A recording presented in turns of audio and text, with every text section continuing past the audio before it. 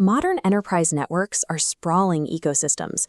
Between cloud infrastructure and endpoint software, they continuously broadcast massive, chaotic streams of raw telemetry. Many security teams operate on a straightforward assumption. If they can collect all of this data, they will catch more threats. The immediate consequence of that assumption is financial. Routing every raw telemetry point directly into a monolithic SIEM creates a linear surge in ingestion costs relative to data volume. The technical consequence is even more severe.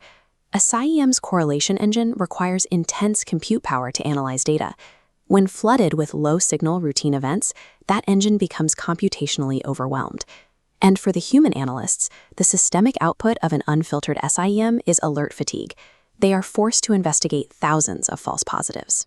This happens because teams conflate two different functions: storing raw evidence so it can be searched later, and processing high-value signals for real-time threat detection. Legacy SIEM models fail because they attempt to execute both deep storage and real-time analytics inside the same architectural layer. Without a routing strategy, increasing telemetry volume doesn't improve visibility. It degrades the security operations center's ability to spot an actual attack in the noise. The engineering solution to this paradox is a decoupled security data pipeline. We separate the architecture into two distinct layers. On the left, we have log management. All high-volume data is diverted here for cost-effective retention. On the right is the SIEM. Only a heavily filtered, refined stream reaches this side, built for real-time threat analytics. Decoupling the architecture solves the cost and performance constraints. Raw evidence is stored where it is economically cheap, reserving expensive compute power for high-fidelity signals. Getting that clean, filtered stream into the SIEM requires heavy lifting in the pipeline. As raw telemetry arrives, it comes in vastly different formats from disconnected vendor ecosystems. A modern cloud infrastructure provider like AWS will send its audit trails formatted as nested JSON payloads. Meanwhile, an older network intrusion detection system might output its telemetry as legacy XML files. To fix this Babel problem, the pipeline executes normalization. Watch how disparate labels, source IP, source address, and IP origin collapse into a single schema field. The normalizer strips proprietary formatting, locking data into a uniform structure isolating core entities, source IP, destination, and timestamp.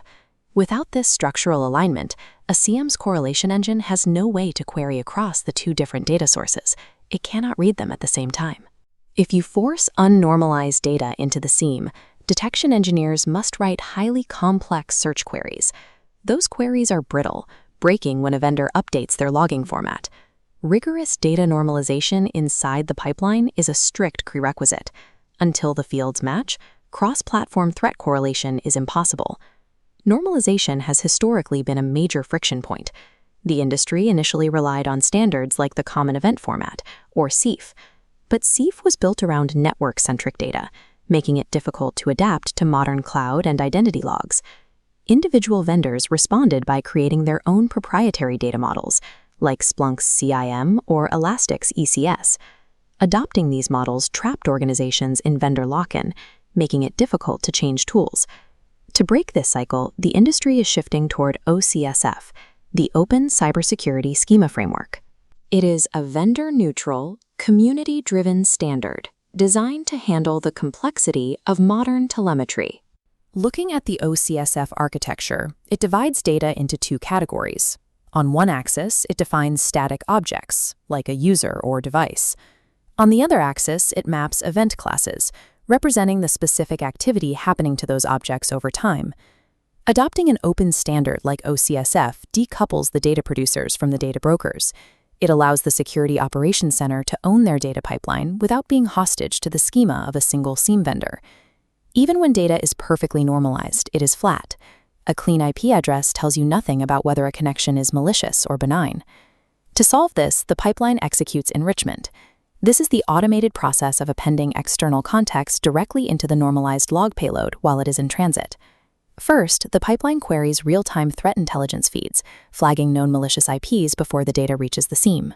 Next, it injects geographic location data for those IPs and pulls in user context from Active Directory. This tackles the engineering complexity of identity resolution.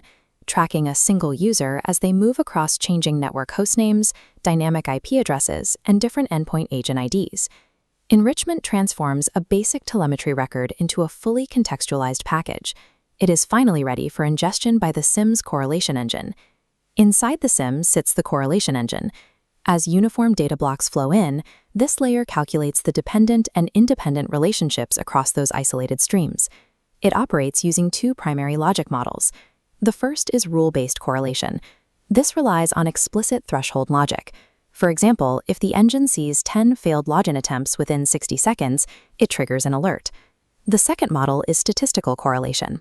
Instead of looking for a hard-coded threshold, the engine utilizes digital algorithms to observe the network and establish a normal behavioral baseline for specific users and devices. Under this model, the engine calculates the threat level of an anomaly by measuring how far it deviates from that established baseline. These baseline correlation models act as advanced noise filters. They automatically suppress routine network anomalies, allowing analysts to focus their attention exclusively on genuine behavioral deviations. The ultimate test of the engine is detecting advanced persistent threats, or APTs. Modern cyber attacks rarely occur as a single, loud security event. Attackers deliberately disguise their lateral movement. They break their intrusion into a series of discrete, seemingly unrelated, low-severity actions designed to fly under the radar. Catching this requires cross-correlation. This is the engine's ability to link those isolated events across different systems, network segments, and timeframes. Consider a hypothetical attack path. First, an alert fires on the email gateway, suspicious but non-critical. Hours later, an anomalous registry modification occurs on a local endpoint. Because the data is normalized and enriched, the engine draws a vector between them. Finally, a sudden cloud privilege escalation occurs, utilizing that endpoint's credentials. The connected path turns red, generating a single high-fidelity alert. The correlation engine identifies the high-probability relationship between these three events, linking them to a singular adversary executing a coordinated attack vector. But the engine can only perform that analysis if the data points match. The SIEM's ability to cross-correlate an APT and prevent a breach is entirely dictated by the structural integrity of the pipeline feeding it. You cannot correlate what you have not normalized.